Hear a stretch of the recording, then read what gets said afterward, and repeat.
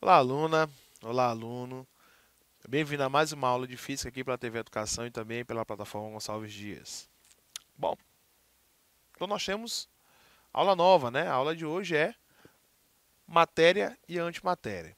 Então fica ligadinho aí, você é aluno do terceiro ano, você faz parte da sua grade curricular, certo? Esse assunto que é muito interessante, que vai ajudá-lo, né, aí a passar no vestibular, tá ok?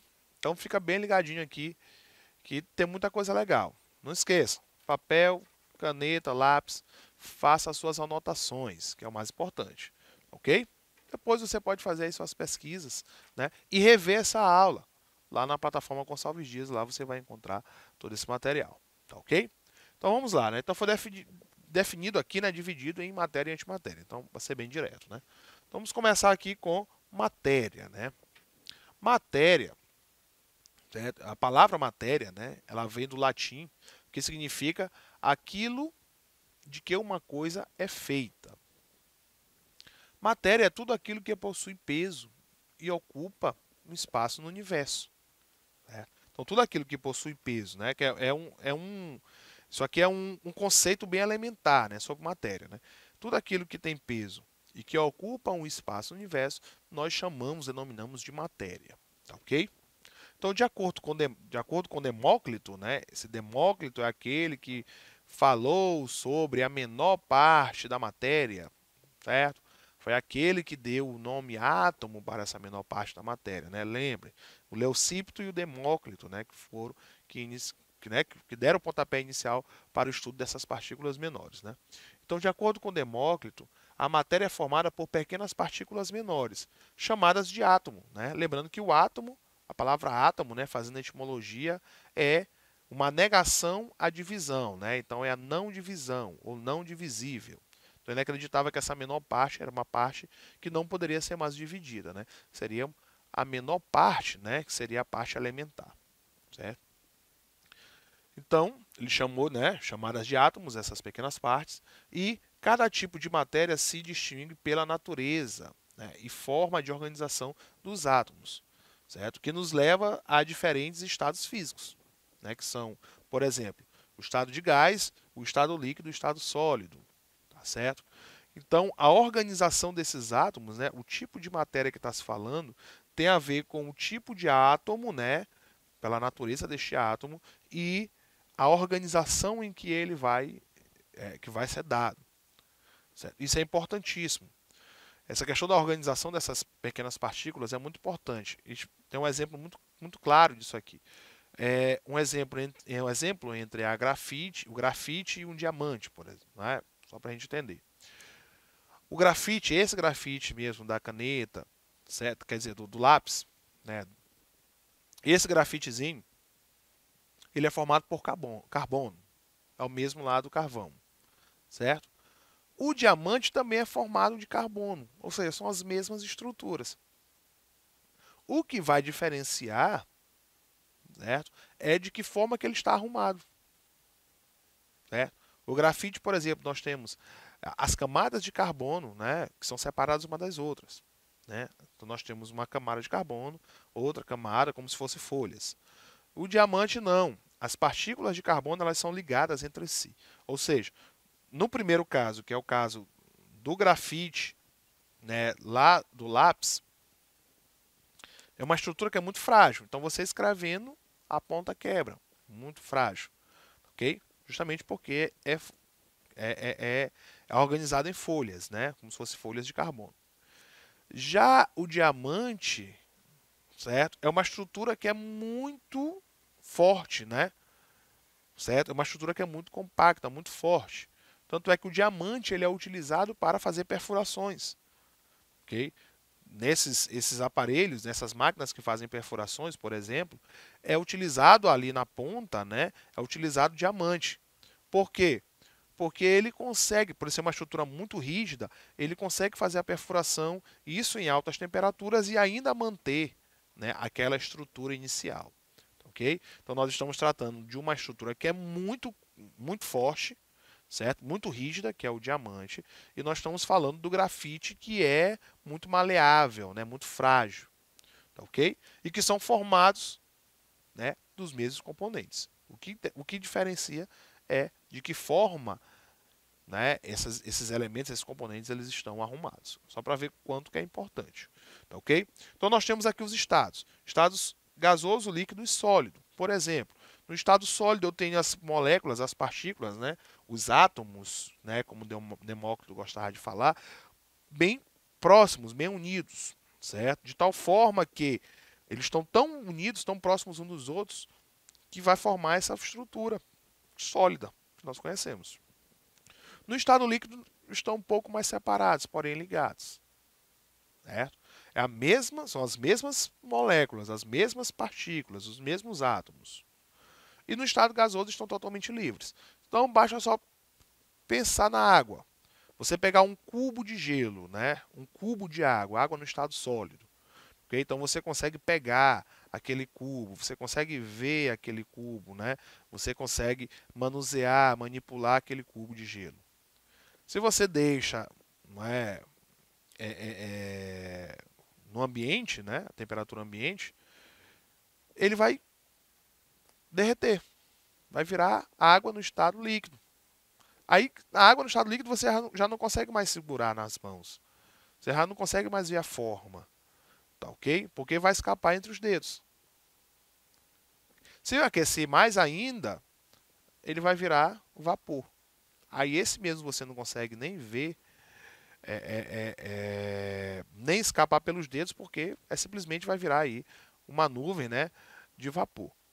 Ok? Então, são as mesmas partículas, as mesmas moléculas, só que com formas de arrumação diferentes.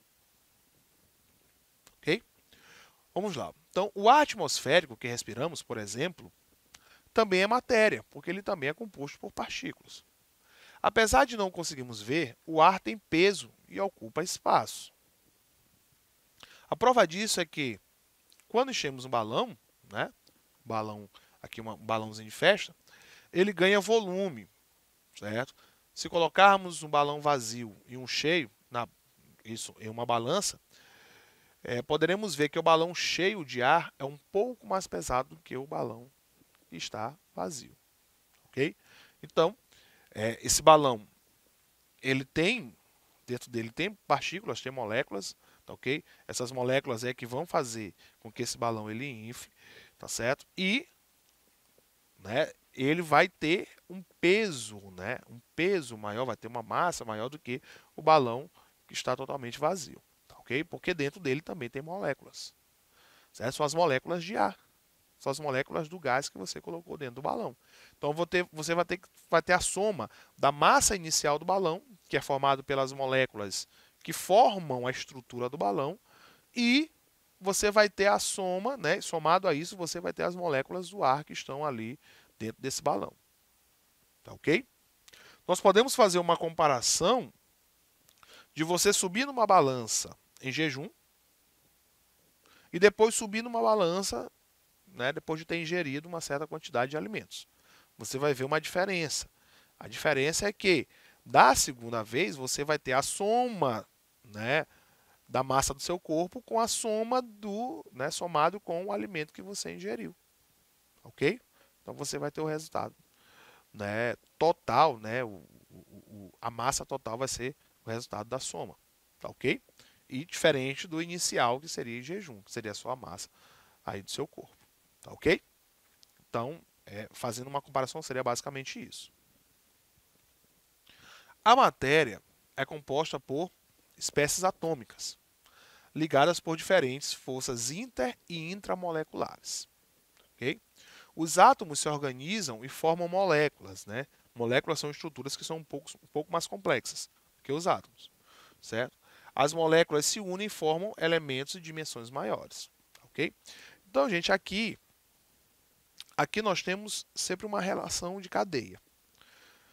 A gente sai das partículas elementares, bem menores, né? São os quarks, os leptons e por aí vai, né? Os bósons. Então, essas partículas elementares, né?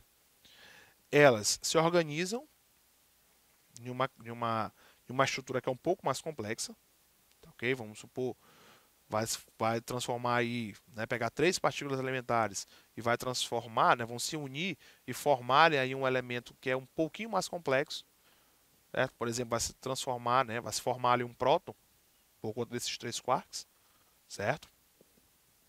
E esses prótons, juntamente com os nêutrons e os elétrons, que o elétron é uma partícula elementar, eles vão formar um átomo, certo? Que é uma estrutura um pouco mais complexa do que as partículas elementares, tá certo? Um pouco mais complexa, mas que para uma visão macroscópica é tão elementar quanto os outros, certo? Então tem um átomo que é uma estrutura que é simples, mas é um pouco mais complexa do que essas partículas elementares. Esses átomos irão se unir, certo? E formar uma molécula. A molécula, que é uma estrutura um pouco mais complexa do que os átomos, que por sua vez também é um pouco mais complexo do que as partículas elementares. Então essas moléculas elas vão se unir e vão formar um elemento que é um pouco mais complexo. E por aí vai. Olha só que nós temos a nossa relação de evolução, tá ok? Isso da matéria. A matéria pode ser formada por um tipo, né, apenas de átomo. Então nós temos formado só por um certo átomo, certo? Isso, né, sendo chamada de substância. Nós temos uma substância, por exemplo.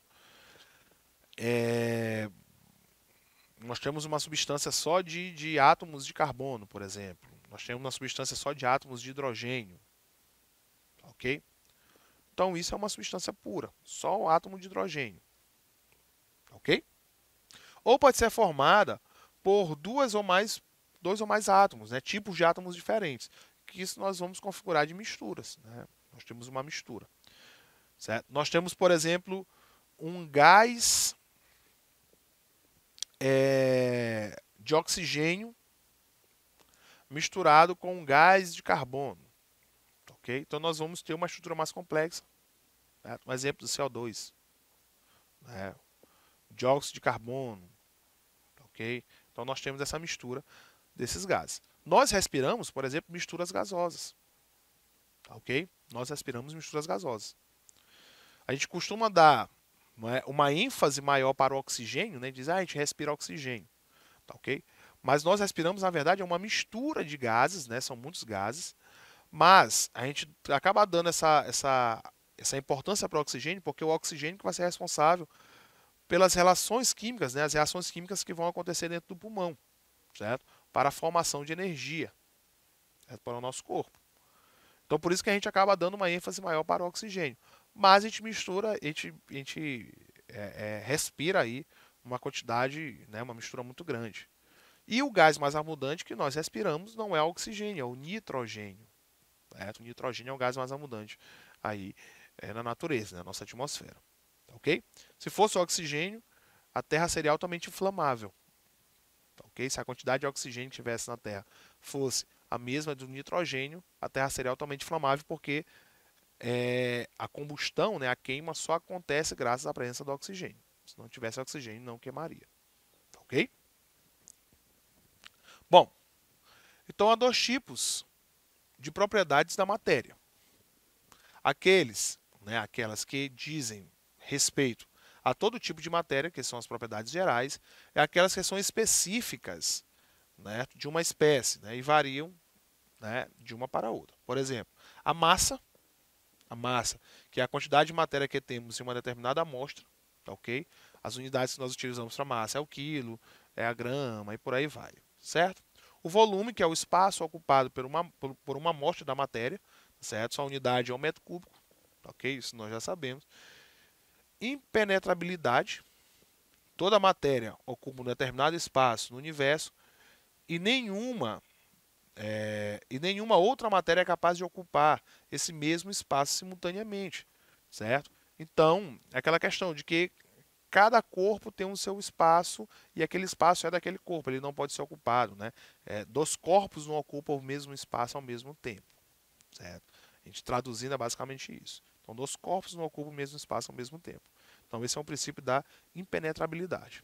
Ok? Tem a divisibilidade. Certo? É possível dividir a matéria em infinitas partes menores até chegarmos às unidades fundamentais. Então, você pode pegar uma amostra de água e ir dividindo, né, e separando, né, e como se estivesse dando o zoom na imagem, e você vai chegar a estruturas que são menores. Certo? Essas estruturas menores, se você der um zoom, vai encontrar estruturas menores ainda até chegar às partículas elementares. Então, elas podem ser divisíveis. Né? Descontinuidade, né, toda a matéria é composta por espaços vazios entre os átomos e moléculas. Certo? Então, nós temos aqui as partículas, entre eles tem um espaço vazio, existe um vácuo entre eles. Tá, ok? E esse vácuo ele aumenta a partir do momento que essas partículas elas vão se separando. Nós temos, por exemplo, os gases. Os gases eles permitem uma mistura muito grande porque o espaço físico entre essas moléculas é muito grande. Isso em relação aos líquidos e os sólidos. Então é muito simples. Os sólidos a gente não consegue misturar, os líquidos, existem algumas moléculas, né, que a gente consegue misturar com outras, né? Alguns líquidos conseguem se misturar e outros não. E os gases eles se misturam, certo? Eles se misturam justamente porque o espaço físico entre essas moléculas é muito maior do que nos líquidos e também do que nos sólidos, certo? Compressibilidade, a capacidade de ter volume reduzido por ação de forças externas. Então você pode pegar um emaranhado de partículas, de moléculas, né, de átomos, e comprimi-las. Existe um espaço vazio entre eles. Então eles vão ocupando esse espaço vazio. Então eles conseguem aí ser comprimidos. Elasticidade, capacidade a matéria tem de voltar à forma original quando não se tem, né, mais uma força externa, uma pressão externa. Então se você empurrou, né, comprimiu, se soltar, essas partículas elas vão voltar para o seu estado fundamental. Né? Isso é a elasticidade. Certo? Indestrutibilidade, certo? Ainda que mude sua estrutura original, a matéria não pode ser destruída. Certo? Isso foi afirmado por Lavoisier, né? Naquela frasezinha, né? Que nada se cria, nada se perde, né? Tudo se transforma. Ok? Então, fisicamente, a matéria ela não é destruída, ela é transformada em outros tipos de matéria, né? Tá ok?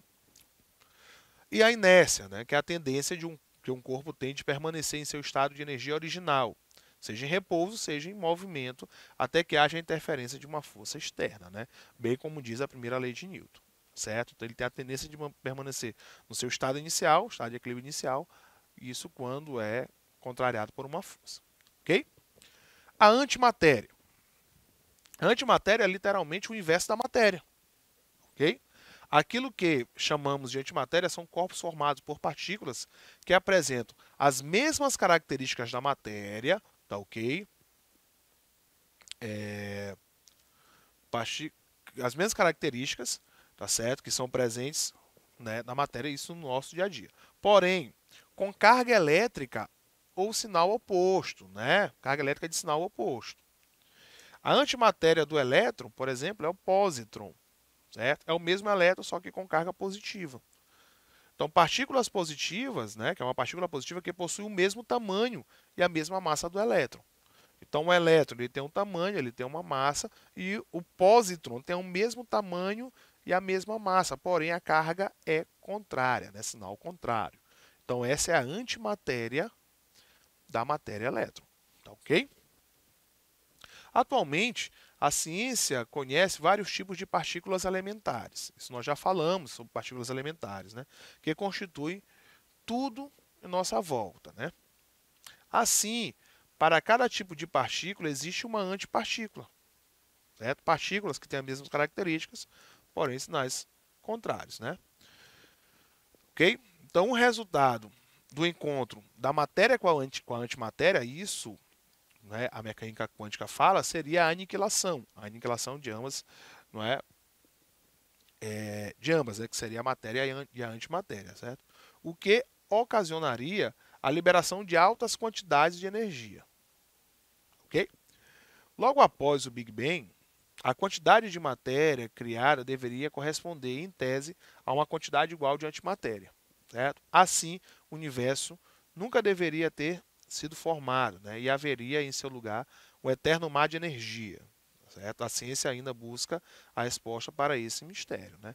Uma vez que a quantidade de matéria e antimatéria que deveria ser liberado ali, né? Justamente para manter o equilíbrio, e ali, matéria com antimatéria, aconteceria ali a aniquilação de tudo e apenas a energia que fosse liberada desse encontro, dessa aniquilação que deveria existir aí no universo, tá ok? Então, as leis da física são simétricas, portanto, elas devem seguir os mesmos parâmetros se forem aplicadas à antimatéria. Nesse sentido, poderiam existir mundos completamente formados por antimatérias, certo? E tudo lá seria exatamente igual ao que vivemos na realidade. Isso abre precedente para várias teorias aí que vocês irão pesquisar posteriormente, tá ok? Então, ficamos por aqui e até a próxima.